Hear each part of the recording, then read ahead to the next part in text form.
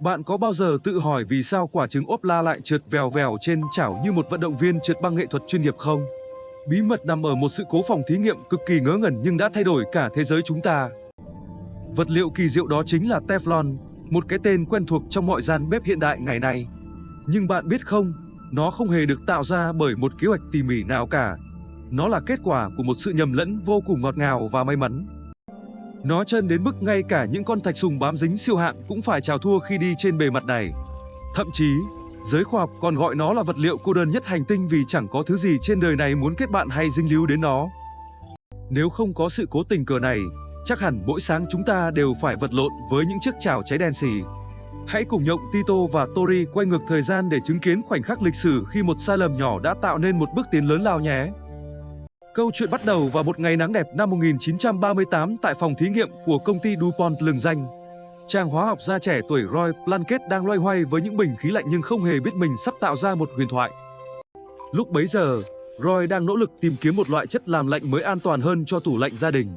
Anh ấy đang làm thí nghiệm với một loại khí có tên gọi rất dài là tetrafluoethylene, viết tắt là TFE cho dễ nhớ và bớt xoắn lưỡi khi đọc tên. Roy đã nén loại khí này vào các bình thép nhỏ và làm lạnh chúng bằng đá khô để chuẩn bị cho các phản ứng tiếp theo. Mọi thứ dường như đều đang diễn ra đúng theo kế hoạch ban đầu, chẳng có dấu hiệu nào cho thấy một phát minh vĩ đại sắp ra đời. Sáng hôm sau, khi quay trở lại làm việc, Roy nhận ra một điều vô cùng kỳ quái đang xảy ra với chiếc bình thép của mình. Mặc dù chiếc bình vẫn nặng trĩu như đang chứa đầy khí bên trong, nhưng khi anh mở van thì tuyệt nhiên không có gì thoát ra. Anh ấy đã thử lắc chiếc bình thật mạnh và kiểm tra lại trọng lượng trên bàn cân để chắc chắn mình không nằm mơ. Chiếc bình vẫn nặng y hệt như lúc đổ đầy khí, nhưng khí ga bên trong thì biến mất tăm như thể đã bốc hơi vào không trung vậy. Khi Roy mở van bình chứa khí tetrafluoethylene thì chẳng có gì thoát ra ngoài mặc dù trọng lượng bình vẫn rất nặng. Anh ấy không hề tức giận mà ngược lại còn tò mò lấy cưa xẻ đôi chiếc bình thép ra để xem có điều gì bí mật đang ẩn giấu bên trong. Bên trong chiếc bình, Roy không tìm thấy khí ga nào cả mà thay vào đó là một lớp bột màu trắng trơn láng bám chặt vào thành bình. Những phân tử khí TFE đã tự động kết nối lại với nhau tạo thành một loại polymer mới toanh mà nhân loại chưa từng thấy. Chất bột này vô cùng trơn, đến mức Roy cảm thấy như đang chạm vào đá lạnh tan chảy nhưng lại không hề ướt. Nó trơ với hầu hết các loại hóa chất mạnh nhất, không cháy và chịu được nhiệt độ cực cao mà không hề bị biến dạng hay nóng chảy chút nào. Roy gọi phát hiện tình cờ này là polytetrafluoethylene, hay còn được cả thế giới biết đến với cái tên thương mại cực kỳ nổi tiếng là Teflon. Một lỗi kỹ thuật nhỏ trong việc lưu trữ khí đã vô tình tạo ra một trong những vật liệu quan trọng nhất của thế kỷ 20. Nhưng tại sao Teflon lại có thể trơn đến mức vô lý như vậy? Để hiểu được điều này, chúng ta cần phải thu nhỏ kích thước lại để quan sát thế giới của những nguyên tử tí hon, nơi những liên kết hóa học cực kỳ bền vững đang âm thầm làm việc. Cấu tạo của Teflon giống như một chuỗi xương sống bằng carbon dài dằng dặc và được bao bọc kín kẽ bởi những nguyên tử flo cực kỳ hung dữ và bảo thủ. Những nguyên tử flo này bao phủ toàn bộ bề mặt, tạo thành một lớp giáp bảo vệ cực kỳ kiên cố. Liên kết giữa carbon và flo là một trong những liên kết mạnh mẽ nhất trong hóa học hữu cơ. Chúng dính chặt lấy nhau đến mức không có bất kỳ tác nhân bên ngoài nào có thể xen vào giữa để phá vỡ hay gây ra phản ứng hóa học nào đáng kể. Bởi vì lớp vỏ bên ngoài toàn là flo, và flo thì chẳng thích chơi với ai cả. Khi các phân tử khác tiến lại gần, lớp vỏ flo này sẽ tạo ra một lực đẩy tĩnh điện cực mạnh, khiến mọi thứ đều bị trượt đi mà không thể bám dính lại được. Hãy tưởng tượng Teflon giống như một kẻ hướng nội cực kỳ khó tính, luôn mặc một bộ giáp gai góc và không bao giờ muốn bắt tay với bất kỳ ai đi ngang qua. Chính sự cô độc này đã tạo nên đặc tính chống dính tuyệt vời cho những chiếc chảo. Ban đầu, Teflon không được dùng để chiên trứng đâu nhé. Trong Thế chiến thứ hai, nó được sử dụng bí mật trong dự án Manhattan để chứa các loại hóa chất cực kỳ ăn mòn. Sức mạnh chịu đựng của nó đã giúp tạo nên những cột mốc lịch sử quan trọng. Phải đến thập niên 50, một kỹ sư người Pháp tên là Marc Gregoire mới nghĩ ra cách kết hợp Teflon lên bề mặt chảo nhôm. Vợ của ông chính là người đã gợi ý điều này sau khi thấy chồng dùng Teflon để làm trơn các dụng cụ câu cá của mình.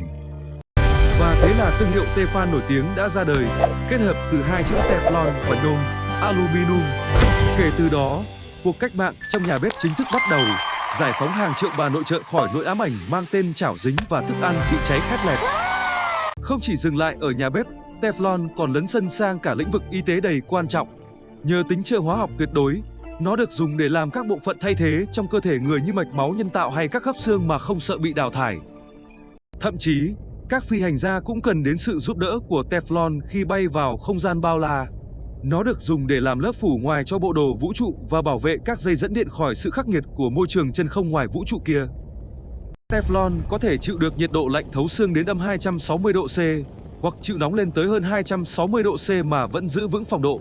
Đúng là một loại vật liệu siêu anh hùng trong giới hóa học với khả năng chịu đựng đáng nể. Trong các loại máy móc công nghiệp, Teflon đóng vai trò như một loại chất bôi trơn khô hoàn hảo. Nó giúp các bánh răng và vòng bi hoạt động mượt mà không cần đến quá nhiều dầu mỡ gây mất vệ sinh, giúp máy móc hoạt động bền bỉ và hiệu quả hơn. Nhưng tại sao đôi khi thức ăn vẫn bám vào chảo chống dính của bạn? Đó thường là do chúng ta đã làm hỏng lớp bảo vệ này bằng cách dùng xẻng kim loại sắc nhọn hoặc rửa bằng miếng cọ sắt quá mạnh tay, khiến bề mặt bị chảy xước nghiêm trọng.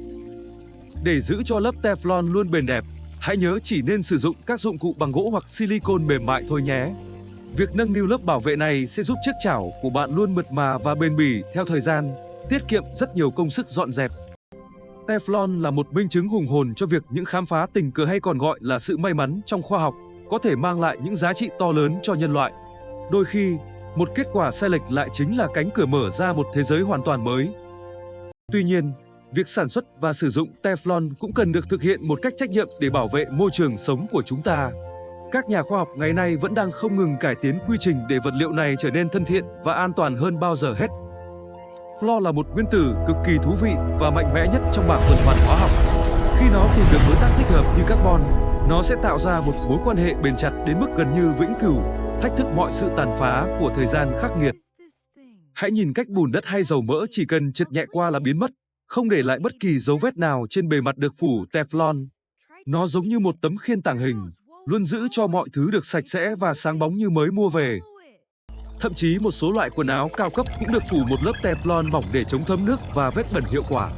Bạn có thể thoải mái đi dưới mưa hoặc vô tình làm đổ cà phê mà không cần phải lo lắng về việc giặt giũ quá vất vả đâu.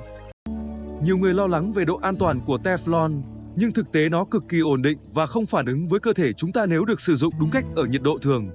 Hãy luôn là người tiêu dùng thông thái để tận hưởng những tiện ích tuyệt vời này. Tương lai còn hứa hẹn những loại vật liệu siêu trơn mới dựa trên cảm hứng từ Teflon nhưng còn ưu việt hơn nữa. Những ứng dụng trong tương lai sẽ khiến cuộc sống của chúng ta trở nên dễ dàng và thú vị hơn rất nhiều so với những gì chúng ta tưởng tượng. Bạn có biết rằng Teflon còn được dùng trong các bộ phận của cây đàn piano để giúp các phím bấm hoạt động nhạy bén và mượt mà hơn không? Ngay cả âm nhạc cũng mang trong mình những dấu ấn của loại vật liệu tình cờ nhưng vô cùng tuyệt vời này. Hóa học không hề khô khan như chúng ta vẫn tưởng. Nó chứa đựng những bất ngờ đầy thú vị và những câu chuyện ly kỳ đằng sau mỗi vật dụng. Mỗi phân tử, mỗi liên kết đều mang trong mình một sứ mệnh riêng để làm đẹp thêm cho cuộc sống này. Roy Blanket có lẽ cũng không ngờ rằng một buổi sáng bối rối với chiếc bình thép lại khiến tên tuổi của mình được lưu danh mãi mãi. Ông đã nhận được rất nhiều giải thưởng danh giá nhờ sự tò mò và không ngại khám phá những điều khác biệt nhất. Chính sự tò mò đã thôi thúc con người tìm tòi và biến những sai sót thành những phát minh mang tính thời đại như chúng ta thấy. Nếu Roy chỉ đơn giản là vứt chiếc bình đi, thế giới có lẽ đã mất đi một vật liệu siêu hạng và vô cùng hữu ích. Thậm chí ngay cả chiếc xe bạn đi hàng ngày cũng có sự hiện diện của Teflon trong các bộ phận phanh hay cần gạt nước để đảm bảo an toàn. Nó giúp mọi thứ hoạt động trơn tru ngay cả trong những điều kiện thời tiết khắc nghiệt và khó khăn nhất. Từ những vật dụng nhỏ nhất đến những cỗ máy khổng lồ, Teflon đã len lỏi vào mọi ngóc ngách của cuộc sống hiện đại một cách thầm lặng nhưng đầy uy lực. Nó thực sự là một vị anh hùng thầm lặng giúp thế giới vận hành mượt mà và trơn tru hơn. Vậy là chúng ta đã khám phá xong hành trình kỳ thú của Teflon, từ một sai lầm trong bình thép đến vật liệu trơn nhất hành tinh rồi. Một câu chuyện đầy cảm hứng về sự sáng tạo, tò mò và cả những điều bất ngờ mà khoa học mang lại cho chúng ta. Cảm giác mượt mà khi nấu ăn hay sự bền bỉ của máy móc đều có dấu ấn của những nguyên tử Fluor kiên cường ấy đấy. Hãy trân trọng những điều nhỏ bé xung quanh, vì biết đâu chúng cũng chứa đựng những bí mật vĩ đại đang chờ bạn khám phá ra. Đừng quên chăm sóc chiếc chảo của bạn thật tốt để nó có thể phục vụ những bữa ăn ngon lành nhất cho gia đình nhé. Một chút kiến thức nhỏ cũng giúp chúng ta sử dụng mọi thứ hiệu quả và an toàn hơn trong cuộc sống bận rộn hàng ngày này. Cảm ơn các bạn đã đồng hành cùng Tori và Nhộng Tito trong chuyến phiêu lưu vào thế giới của vật liệu trơn nhất thế giới này. Hy vọng các bạn đã có những giây phút thư giãn và tiếp thu thêm được nhiều kiến thức bổ ích và thú vị cho mình. Nếu bạn thấy video này mượt mà như bề mặt chảo chống dính thì đừng quên nhấn nút đăng ký để ủng hộ kênh nhé. Hãy chia sẻ cảm nhận của bạn về vật liệu siêu cấp này ngay bên dưới phần bình luận. Hẹn gặp lại các bạn trong những khám phá tiếp theo.